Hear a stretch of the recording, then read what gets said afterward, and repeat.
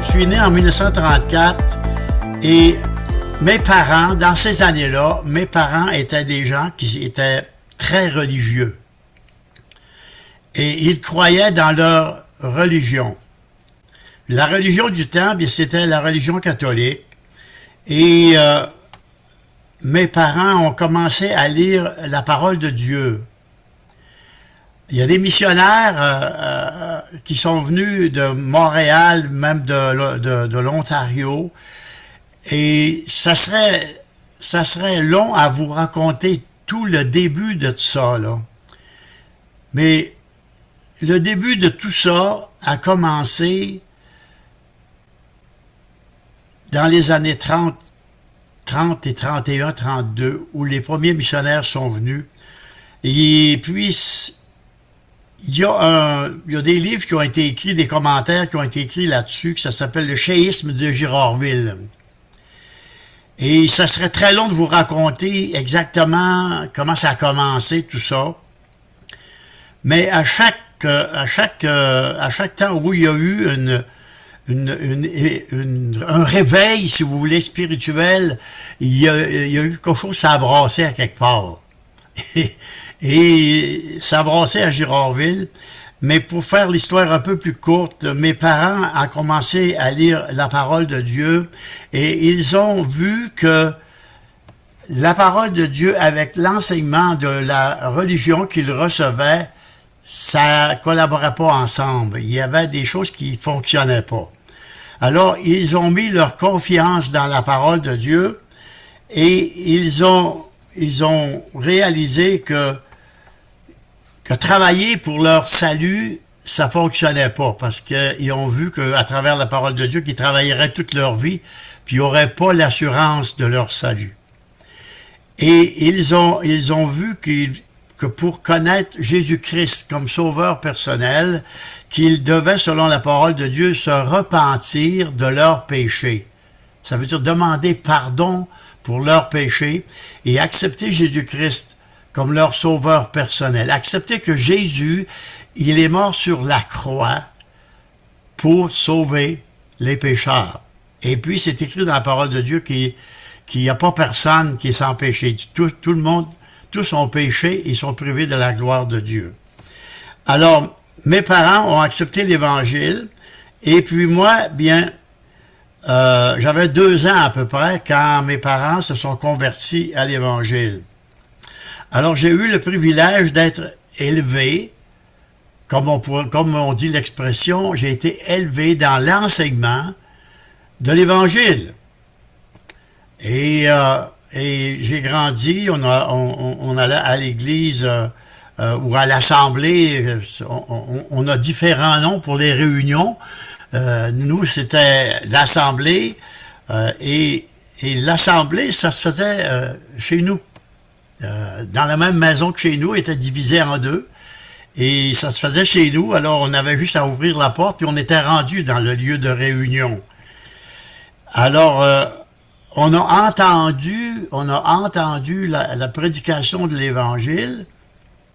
On a été à ce qu'on appelle l'école du dimanche, parce qu'on avait un temps dans l'après-midi où on avait l'enseignement de la parole de Dieu.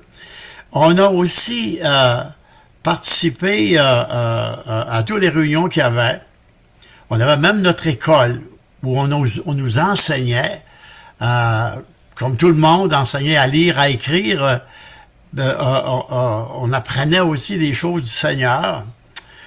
Mais avant que moi j'accepte le Seigneur comme mon sauveur personnel, mes parents ont passé dans une période, au début de l'évangélisation à Girardville, de persécution.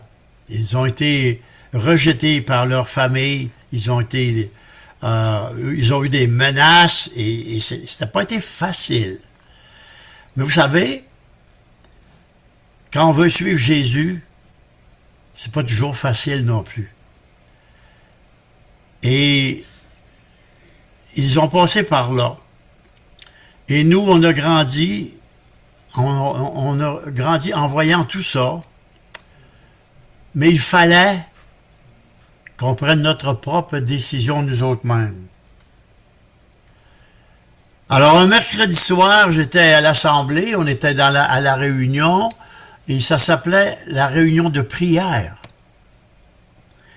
Et il y avait un invité qui nous donnait des études bibliques le mercredi soir, et puis ce mercredi soir-là, j'avais 14 ans, en 1948, et ce mercredi soir-là, j'ai vraiment, vraiment réalisé comme étant un pécheur perdu, si je mourrais ce soir-là, que je n'irais pas au ciel. Et comme c'est écrit dans la parole de Dieu, repentez-vous, je me suis repenti. J'ai accepté Jésus-Christ comme mon sauveur personnel. Mais vous savez, peut-être que vous pensez oui, mais il avait juste 14 ans, il a été élevé dans l'Évangile, il était un bon petit gars. Peut-être que vous pensez ça, mais vous connaissiez pas mon cœur. Et j'étais méchant. J'étais un pécheur, perdu selon la parole de Dieu. Et le mercredi soir, j'ai fait cette décision d'accepter Jésus-Christ. J'ai demandé pardon pour mes péchés. Et ça a changé ma vie. Le soir même, quand je suis arrivé me coucher à côté, on couchait dans ce temps-là les deux frères ensemble. J'avais juste un frère et une sœur et on couchait ensemble. Et pour la première fois de ma vie, mon frère m'a vu m'agenouiller à côté du lit pour faire ma prière. Et ça a touché son cœur. J'ai même pas parlé. J'ai commencé à parler juste le lendemain. Et j'ai jamais regretté le soir du mois de janvier 1948 où j'ai demandé pardon pour mes péchés et que j'ai accepté Jésus-Christ comme mon sauveur personnel. Et là, j'ai grandi. Et dans le temps où moi j'avais 14 ans, et c'était dans le temps où on commençait à travailler, à gagner notre vie, dans un sens. L'école, c'était fini. C'était le travail. Alors, je suis allé sur le marché du travail. Et on a ri de nous un peu quand on parlait de Jésus. On riait de nous. Mais moi, personnellement, je n'ai pas fait attention à ça. Je me suis dit, si vous voulez rire de moi, vous avez beau, mais moi, je sais où je m'en vais. Je suis assuré que si je mourrais, je serais avec le Seigneur pour l'éternité. Et j'ai continué mon chemin. Et en 1956, j'ai rencontré une demoiselle. En 1955, je l'ai rencontrée, puis on s'est unis devant le Seigneur en 56. Et en ce moment-là, j'ai pris deux décisions. Quand je me suis marié, j'ai pris la décision de me marier avec une demoiselle qui aimait le Seigneur, qui était aussi une croyante dans la parole de Dieu. Et j'ai pris une autre décision aussi dans ma vie, que si je chantais, que j'allais chanter seulement pour le Seigneur, pour la gloire du Seigneur. Je ne chanterais pas d'autre chose que des chants, ce qu'on appelle évangéliques. Des années ont passé et je pensais jamais qu'un jour, je me retrouverais dans un studio d'enregistrement à Montréal dans les années 73 et 74, justement pour enregistrer ce qu'on appelle du country évangélique. Le Seigneur a ouvert la porte et puis j'ai entré Et puis, on a commencé ensemble avec mon frère. On s'appelait les frères Bouliane. Mon frère a pu le faire avec moi pendant 2 longs jeux qu'on a fait. Et le 3e qu'on a fait, lui, il a décidé que c'était pas pour lui un ministère de le faire. Alors, il m'a tout simplement dit, Jacques, je peux pas continuer à faire ça. Alors, j'ai dit, écoute, on est libre et tu peux arrêter. Moi, je sens que c'est Dieu qui m'a ouvert la porte pour faire ce ministère-là et je continue. Et après toutes ces années, eh bien, je suis encore là. Et je remercie le Seigneur de ce qu'il a pu faire, toutes les personnes qui ont été touchées à travers les chants. Et un chant qu'on ne croyait pas être vraiment, qui aurait pu être utile dans les chants qu'on a faits. Et c'est encore le chant qui est préféré, la Bible de maman. Et tous les autres, je pourrais vous en nommer plusieurs qui sont en demande spéciale. Mais pour moi, de servir le Seigneur à travers les chants, ça a été ma vie. Et partout où j'ai été, que j'ai pu chanter pour la gloire du Seigneur, je l'ai fait. Et encore aujourd'hui, oui, on commence à ralentir un peu, mais on continue. Et moi, je suis béni, je suis heureux de continuer encore ce ministère-là avec mon épouse que j'ai maintenant, qui s'appelle Déane. Et on a fait ensemble 2 CD, je vais vous montrer, je ne sais pas si vous voyez. On a fait 2 CD et le Seigneur nous bénit à travers ces CD-là aussi. Et on veut continuer. Je ne sais pas si on va aller en studio encore, mais on sert le Seigneur aussi dans notre église locale. Et c'est une joie pour nous le dimanche matin d'être en avant et diriger les gens de notre église dans ce qu'on appelle des chants de louange, etc. Alors voyez-vous, si vous ne connaissez pas Jésus-Christ comme sauveur personnel, si vous pensez que c'est pas facile la vie chrétienne, bien je peux vous dire que c'est pas facile, puis en même temps, je peux vous dire que c'est facile. Quand on est en bonne connexion, il faut lire la parole de Dieu pour savoir où on s'en va, comment vivre ici-bas selon le plan de Dieu. Et hier soir, j'ai eu le privilège de témoigner à un de nos petits-fils, moi et Déane, lui exposer le salut clairement en Jésus-Christ. Il a écouté très, comme on dit en bon québécois, très religieusement, il a écouté et il m'a remercié pour les partages.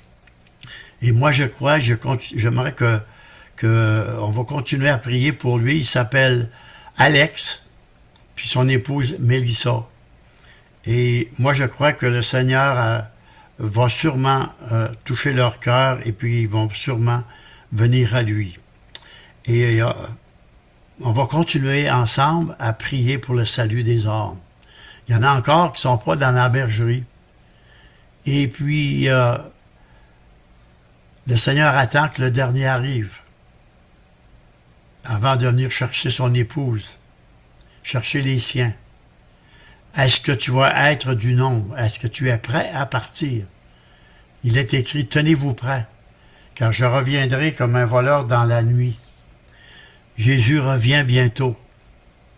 Et la façon que ça va dans le monde, vous pouvez être sûr et assuré qu'il revient bientôt.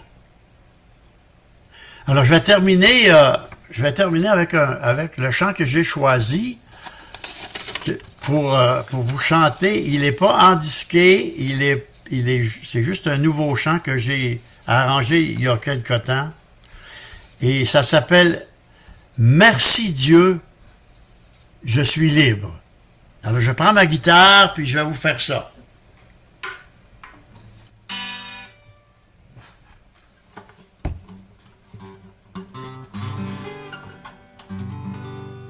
Alors, on est prêt pour le chant? Très longtemps j'ai voyagé sur un chemin sans fin. Mon cœur était chargé par le poids du péché. On m'a parlé de Jésus, ça a été merveilleux. Je suis heureux, j'ai découvert qu'il avait le pouvoir de me pardonner. Merci Dieu, je suis libre, libre, libre de ce monde de péché. Lavé dans le sang de Jésus, je suis né de nouveau. Alléluia, je suis sauvé, sauvé par sa grâce. Je suis heureux, j'ai découvert qu'il avait le pouvoir de me pardonner. Comme un oiseau libéré qui prend son envolée, comme l'aveugle né que Jésus a guéri, comme un pauvre mendiant qui s'est vite enrichi. Je suis heureux, j'ai découvert qu'il avait le pouvoir de me pardonner. Merci Dieu, je suis libre, libre, libre de ce monde de péché. Lavé dans le sang de Jésus, je suis né de nouveau. Alléluia, je suis sauvé, sauvé par sa grâce. Je suis heureux, j'ai découvert qu'il avait le pouvoir de me pardonner. Merci Dieu, je suis libre, libre, libre de ce monde de péché. Lavé dans le sang de Jésus, je suis né de nouveau. Alléluia, je suis sauvé, sauvé par sa grâce. Je suis heureux, j'ai découvert qu'il avait le pouvoir de me pardonner. Je suis heureux, j'ai découvert Dieu avait le pouvoir de me pardonner.